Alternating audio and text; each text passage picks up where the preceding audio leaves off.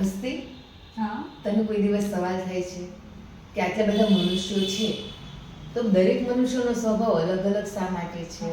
થાય છે ને? પછી વ્યક્તિએ ગુસ્સો મનુષ્યને અલગ અલગ શા માટે આવે છે? એવું છે? તો વિચારો, કેટલા બધા આજે વિચારો પહોંચી રહ્યા છે મનુષ્યને, તો શા માટે અલગ અલગ વિચારો આવે છે? તને સવાલ થાય છે? હા થાય છે ને.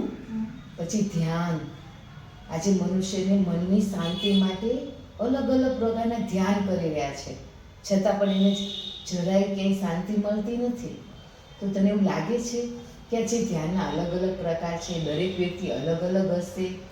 એવું પણ હોય છે? તો એના સ્વભાવ પ્રમાણે એને કયું ધ્યાન કરવું જોઈએ એની સમજણ હોવી જોઈએ કે નહીં? હા હોવી તો જોઈએ. બરાબર ને? બરાબર છે.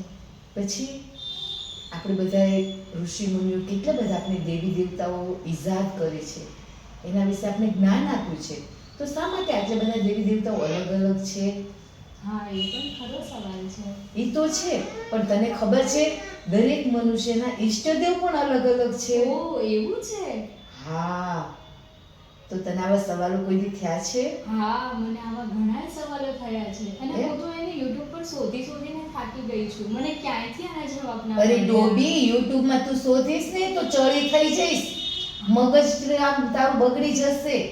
એના કરતા જ્યાંનું માર્ગદર્શન મળતું હોય ને ત્યાં જ જવાય. તો હાલ મારા ભેગી હા દિવ્ય જીવન એક શરૂઆત સેમિનારમાં બધા સવાલોના જવાબ મળે છે. તારે આવવાનું જ છે, કોઈ પણ બાના કાઢ્યા વગર.